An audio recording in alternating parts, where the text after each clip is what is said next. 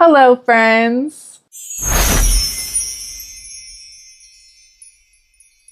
If you don't know me, my name is Juliana, also known as the Loopy Lady. As you can see from the title of this video, we are going to be trying tapestry crochet for the first time. So I've been wanting to do tapestry crochet for a while now, especially since Crochet or Cry came out with the spooky tapestry book. My original plan was to do the Lover's Tarot card, but I don't really have like a place for it or a use for it, so I didn't want to like really waste my time on it. I still wanted to make something for what we call our rec room, and this room has our streaming setup, and it also has my crochet setup and my business setup, so we call it the rec room because it's a bunch of different recreational activities.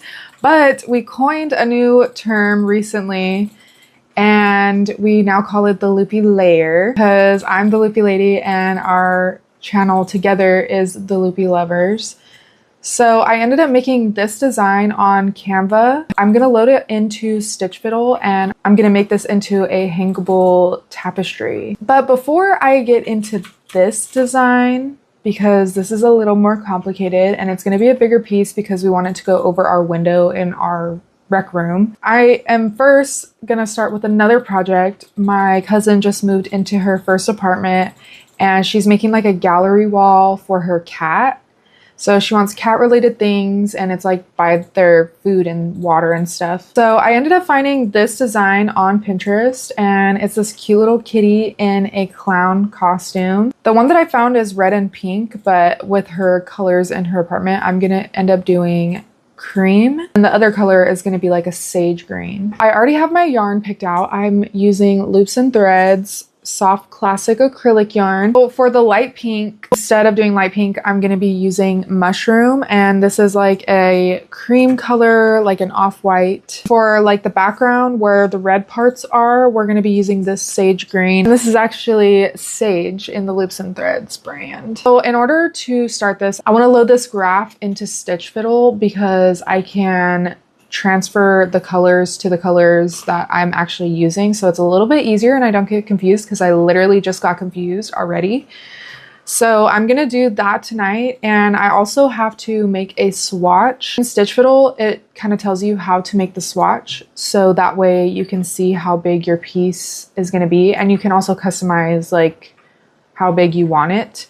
Her wall is pretty small, so I don't want to make it too big. And then I also have to account for the little dowel that's going to go at the top is going to stick out a little bit more than the square. So I want it to be pretty small. I think I'm going to be using a 5mm hook just because I think it's not too small. I think with the 4mm, the stitches are going to be a little bit too tight and it's going to curl. So I'm going to start with a 5mm, and then if it ends up looking way too loose, then I'll just size down and go from there.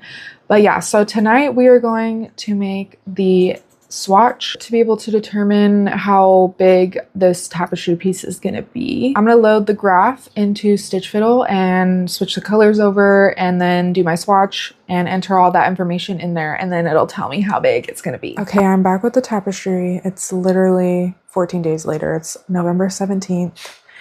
I am doing this as a gift and the party is on December 5th. So I need to get this done by December 5th. But I've already started. I ended up making the swatch that night, and then I also had to remake the whole graph. This is how it turned out. I'm using the green and the cream, or mushroom. I have already redone this 4 times, I think now.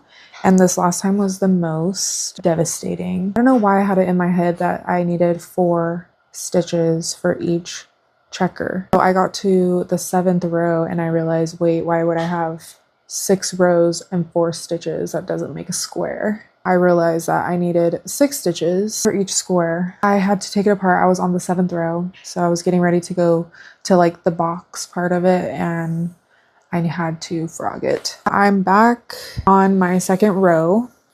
So for the first row, I ended up doing a foundation chain instead of just a regular chain because it's stretchier, and so I don't think it'll make it curl as much.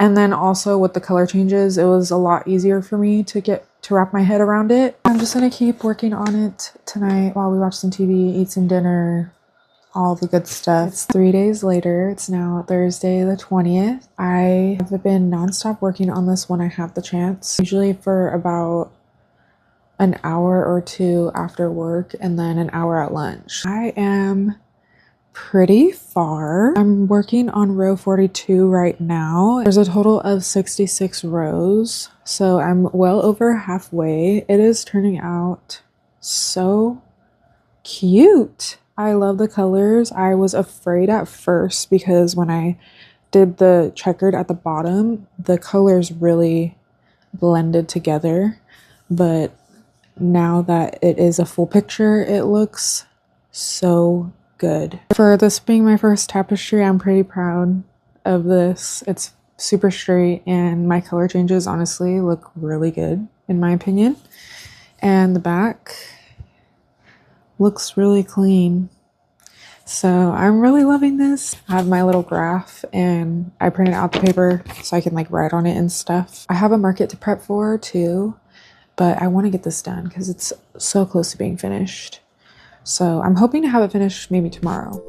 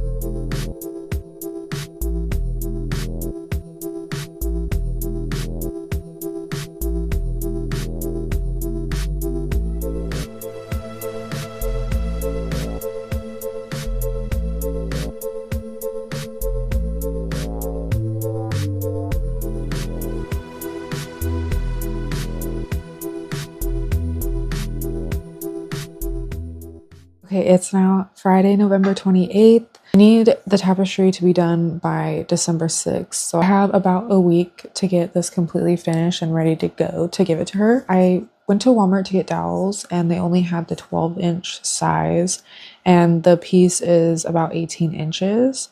So I had to go to Michael's to get dowels. So I ended up getting a 36-inch dowel. So I still had to cut it. So my mom ended up cutting it for me and she left about like an inch on either side of the dowel. So that way the last row of the project is going to be on the dowel. And then I'm going to do like a chain to hang it. And then it should be done. I have my market tomorrow. So I'm going to get that out of the way. And then after that, I'll be able to like focus on this.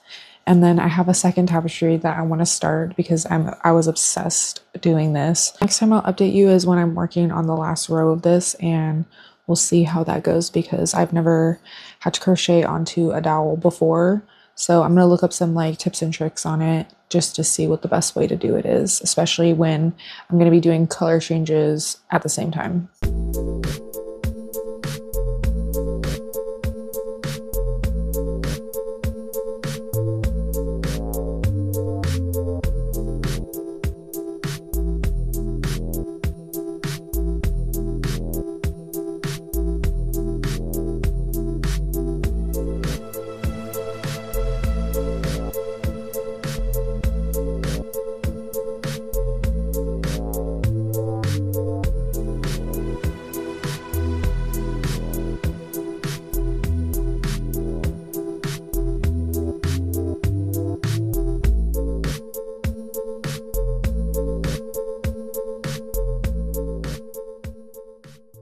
All right, you guys, we have come to the end of this video. As you can see, I have finished my very first crochet tapestry. I ended up crocheting my last row on the dowel, so it's pretty seamless with the checkers.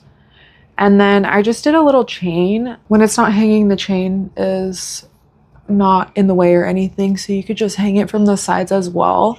But if you want to hang it from this little chain, I have that, and I did it in cream since there's not a lot of cream in the piece. I figured it would complement it better. I have it in the doorway here because I need to steam block it a little bit because it's curling on the corners. I just want to steam that out a little bit and just make it all a little bit straighter. But we have acrylic yarn, so I don't want to burn it, so just a light steam. So I just have this like little clothing steamer. This one runs pretty low, so I just put it on mid for now.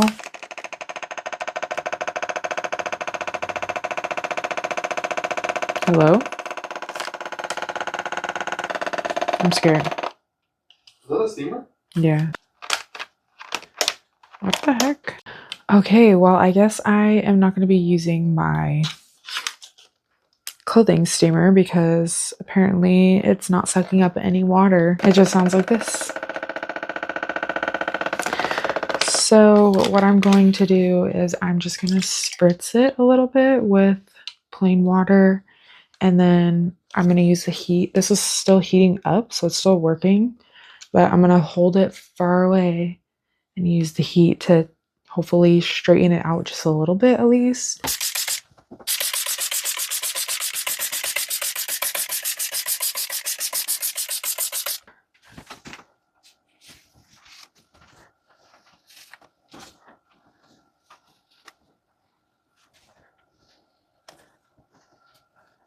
All right, I think that is as good as we're gonna get it. I think it looks really cool. Look at that, that is so pretty. I'm really glad I chose this design, and the colors look really good. I like that it's a fun photo, but it's pretty subtle.